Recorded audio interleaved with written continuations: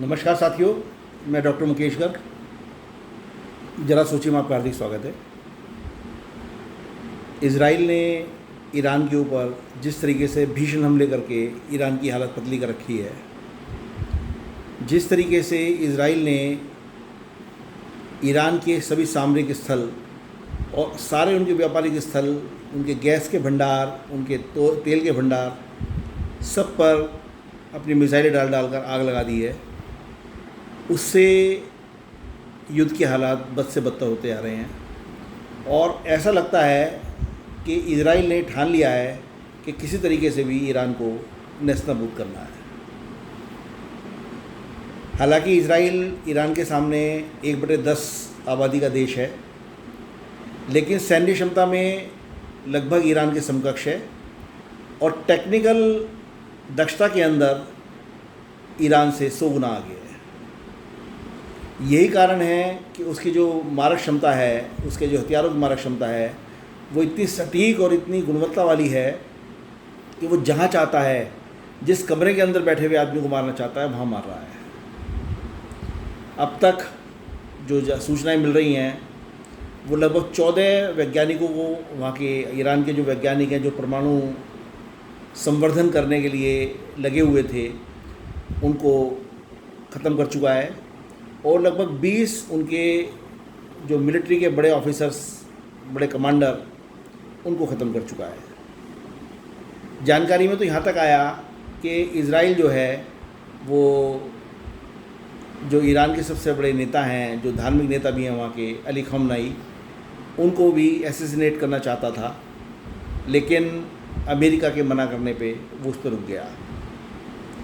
साथियों, ये जो घटनाक्रम घट रहे हैं पूरे विश्व के अंदर, उधर रूस यूक्रेन का युद्ध दबा के चल रहा है, इधर पहले से इजराइल और हमास का युद्ध चल रहा था और गाजा में उसका लगातार विस्फोट चल रहे थे, और अब इजराइल ईरान शुरू हो गया। और बीच में भारत पाकिस्तान का तनाव भी इतना ज़्यादा बढ़ा था कि भारत को भी मिलिट्री स्ट्राइक पाकिस्तान के ऊपर करनी पड़ी थी, और उसके अंदर पाकिस्तान के उन्होंने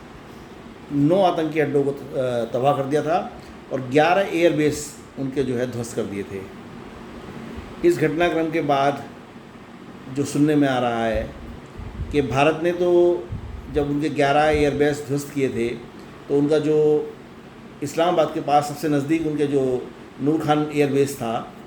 उसके पास स्थित उनका जो किराना हिल्स के पास उनका जो परमाणु छुपा हुआ अड्डा था, वहाँ तक भी मार लगी है और वहाँ उनका रेडिएशन भी होना प्रारंभ हो गया था। ऐसी ही सूचना कुछ ईरान के बारे में मिली कि जब पेनिट्रेट किया इजराइल ने ईरान के ऊपर, तो वहाँ भी उनके जो परमाणु उन्होंने संवर्धन किया हुआ था, वहाँ पे जो है अटैक हुआ और वहाँ भी कुछ रेडिएशन की खबरें सामने आई। लेकिन इसी बीच इजराइल ने बिना कोई मौका गंवाए पूरे ईरान पर एक साथ 200 लड़ाकू विमानों से जो हमला किया, उसके बाद पाकिस्तान की नज़रें सिर्फ़ और सिर्फ इजराइल पर इसलिए लगी हुई हैं कि जितने इस्लामिक स्टेट्स हैं 56-57 पूरे विश्व के अंदर, उसमें अकेला पाकिस्तान ऐसा इस्लामिक स्टेट है जिसके पास न्यूक्लियर पावर है। और पाकिस्तान को ये खतरा लग रहा है कि किसी समय भी ईरान के बाद अगला नंबर जो है हमारा होगा। ये वहाँ की संसद के अंदर वहाँ के डिफेंस मिनिस्टर और वहाँ के जो अदर पार्लियामेंटेरियंस हैं, वो खुलकर बोल रहे हैं कि किसी भी तरीके से इजराइल का रुख पाकिस्तान की तरफ ना मोड़ा जाए, इस तरफ हमारी आवाम को, हमारी सरकार को जो है काम करना चाहिए। इस चीज़ से साफ डर जाहिर हो रहा है कि इधर प्रधानमंत्री नरेंद्र मोदी भारत के, उधर प्रधानमंत्री बेंजामिन नेतान्याहू, वो मिलकर जो है कहीं पाकिस्तान की भी खिचड़ी ना बना दें, ऐसा पाकिस्तान को डर लग रहा है। साथियों, जिस तरीके से इजराइल ने अपनी नीति अपनाई हुई है, उसे किसी भी तरीके से डर्टी बम को ख़त्म करना है। डर्टी बम, जिसको इस्लामिक बम भी कह रहे हैं लोग, इस्लाम के लोग कहते हैं, उसको ख़त्म करने का उद्देश्य उसका सिर्फ ये है कि उसको डर लगता है कि यदि ईरान ने बम बना लिया तो सबसे ज़्यादा उसका जो बड़ा नुकसान होगा वो इजराइल को होगा, क्योंकि ईरान और इजराइल के अंदर पुरानी दुश्मनी चली आ रही है। और अब जिस तरीके से एपुस खबरें मिल रही थी कि पाकिस्तान अपने परमाणु हथियारों को ईरान को बेच सकता है, उससे इजराइल बता रहे हैं खफा है और हो सकता है उसका रुख पाकिस्तान की तरफ में हो जाए, जरा सोचिए। साथ ही यदि मेरे विचार आपको उचित लगें तो कृपया मेरे चैनल को लाइक कीजिए, शेयर कीजिए और सब्सक्राइब कीजिए। धन्यवाद।